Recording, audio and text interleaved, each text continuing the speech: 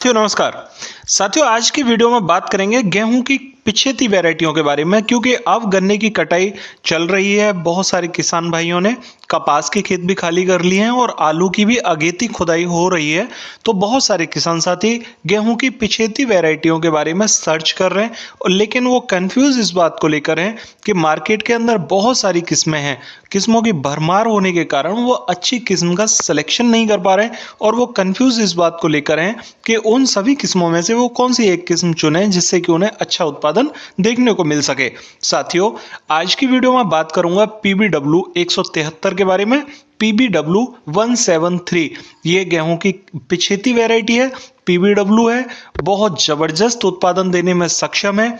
तो आज की वीडियो में मैं इसी किस्म के बारे में बात करूंगा क्योंकि पिछेती किस्मों में ये अच्छा उत्पादन देती है। बहुत सारे किसान भाई इस किस्म को लेकर बहुत सारे सवाल पूछना चाहते हैं।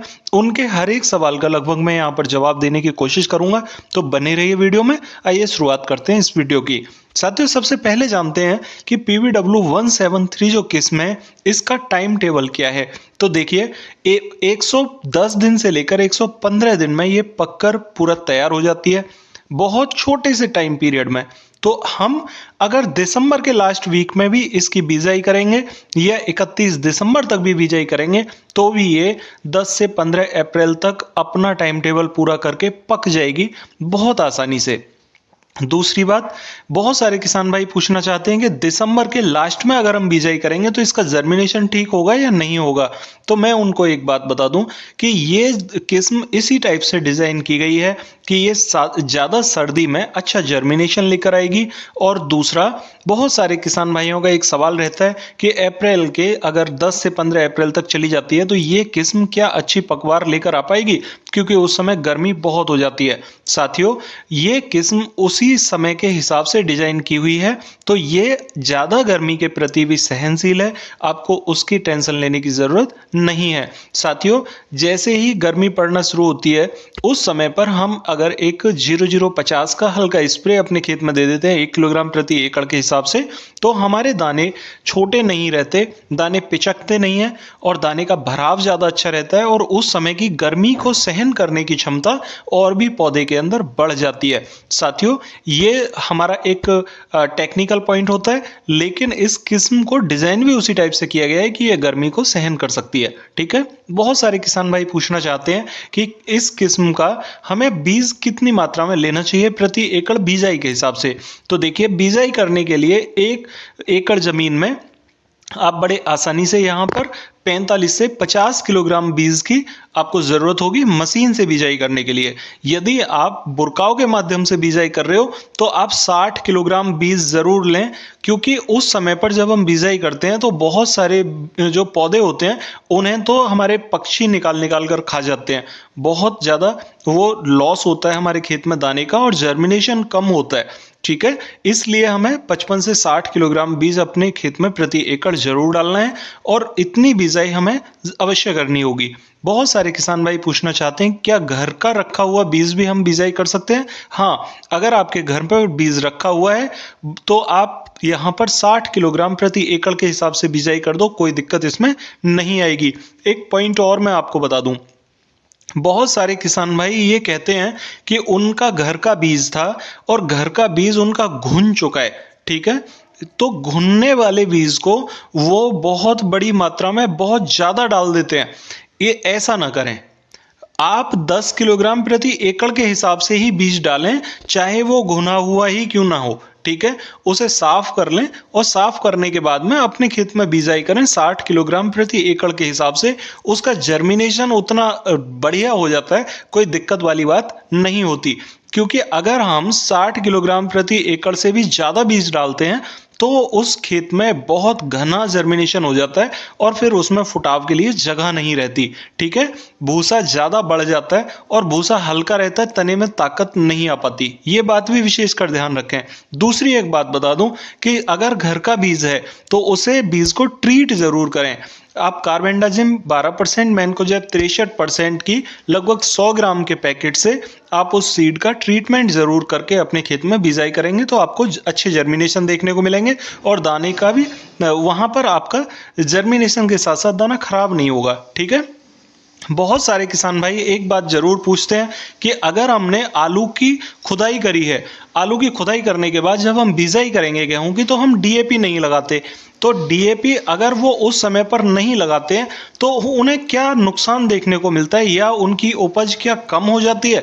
तो मैं उन किसान भाइयों को बता दूं कि आलू के खेत में हम बहुत बड़े स्केल पर खाद लगाते हैं, चाहे वो डीएपी का है चाहे एनपीके का है, बड़े स्केल पर लगाते हैं। और आलू के खेत में जो ऑर्गेनिक खाद होता है, आलू छोटे छोटे ट्यूमर रह जाते हैं आलू के, बहुत सारा पौधा आलू का उसी में खेत में जुताई हो जाती है उसकी, तो उसका भी खाद बनता है। लेकिन ये ऑर्गेनिक खाद होते हैं, ये धीरे धीरे काम करते हैं पौधे के लिए। अगर आपको बिजाई करनी है उस समय गेहूं की, तो बेशक बिजाई में दाना ना डालें, लेकिन जब आप पहला पानी लगाएं तो पहले पानी के साथ में 5 से 6 किलोग्राम प्रति एकड़ के हिसाब की डीएपी पानी के साथ घोल बनाकर जरूर चला दें। इससे आपके पौधे में उस समय पर जड़ों का विकास तेजी से होगा, जिससे कि फुटाव पौधा जल्दी ले जाएगा और पौधे में एनर्जी बनी रहेगी। ठीक है, तना भी पौधे का थोड़ा मजबूत रहेगा, क्योंकि ऑर्गेनिक खाद तो भरपूर मात्रा में हो जाते हैं आलू के खेत में, लेकिन जो डीएपी है, डीएपी पौधे की जड़ का विकास करने में हेल्पफुल होती है। उस समय पर वो तेजी से जड़ का विकास करती है। ठीक है, तो फुटाव ज्यादा अच्छा आ जाता है। इसलिए आप मात्र 5 से 6 किलोग्राम प्रति एकड़ की डीएपी पानी के साथ चला दें। बहुत से किसान भाई पूछना चाहते हैं कि उनके खेत में नमी कम है तो क्या बिजाई करें या पलेवा करें? तो देखिए, अभी तो समय है पलेवा करने का, लेकिन अगर आपके खेत की मिट्टी चिकनी है, ठीक है, तो आप अभी पलेवा ना करें। पलेवा ना करके नमी अच्छी अगर नहीं है तो भी बिजाई करके 8 दिन के 10 दिन के बाद में 8 से 10 दिन के बाद पानी लगा दोगे, कोई दिक्कत उसमें नहीं आएगी, जर्मिनेशन बढ़िया हो जाएगा। ठीक है, बशर्ते कि पानी हल्का लगना है।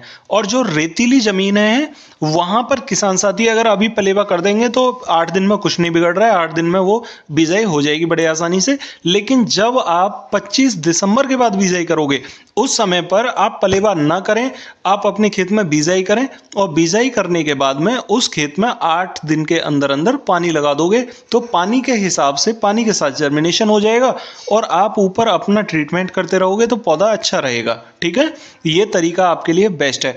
बहुत सारे किसान भाई गन्ने के खेत के बारे में पूछते हैं, तो गन्ने के लिए तो आपको एक बहुत अच्छा सा सॉल्यूशन बता दूं कि गन्ने की जब आपने कटाई करनी है तो 8 दिन पहले पानी लगा दो, तो कटाई करते समय आपकी पलेवा भी उस समय आ रही होगी और गन्ने की कटाई करके साथ के साथ बिजाई कर देना, कोई दिक्कत उसमें नहीं आएगी। साथियों, अगर आप गन्ने के खेत में बिजाई कर रहे हो तो यहां पर चूना 10 किलोग्राम प्रति एकड़ के हिसाब से बिजाई के समय पर जरूर लगा दो, ये आपको बहुत हेल्प करेगा। ठीक है, अगली एक बात और बता दूं मैं आपको, बहुत सारे किसान साथी यहां पर पूछना चाहते हैं कि गेहूं की बिजाई करते समय हम जिंक सल्फेट और सल्फर ये लगाएं या ना लगाएं। साथियों, बिजाई करते समय अगर डीएपी आप लगा रहे हो तो उस समय जिंक सल्फेट और सल्फर बिल्कुल भी मत लगाना, वरना आपको ना डीएपी का रिजल्ट मिलेगा, ना सल्फर का, ना जिंक का। ठीक है, वो आपको मैं आगे प्रोसेस बता दूंगा कि कब कब कैसे कैसे यूज करना है पिछेती किस्मों में।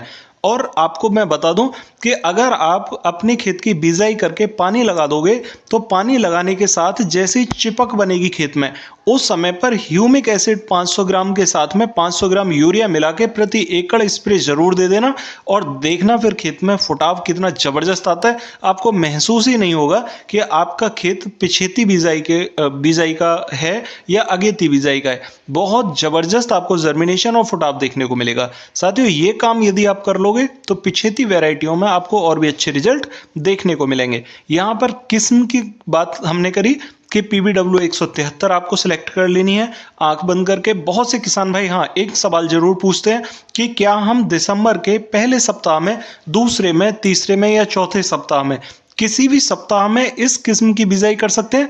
मैं आपको कह रहा हूं कि डंडा ठोक के आप खेत में बिजाई कर देना इसकी, ये किस्म धांसू उत्पादन देगी आपको। ठीक है, और एक समय जो किसान भाई पूछना चाहते हैं कि ऐसा कौन सा समय है जब तक ये बिजाई इसकी बहुत अच्छी रहती है, तो 25 दिसंबर तक इसकी बिजाई बहुत अच्छी रहती है। उसके बाद 31 दिसंबर तक भी आप इसकी बिजाई कर दोगे तो ये किस्म आपकी पीछे नहीं रहने वाली है। ठीक है, गजब का उत्पादन देगी। इस टाइप से आप अच्छे रिजल्ट ले पाओगे।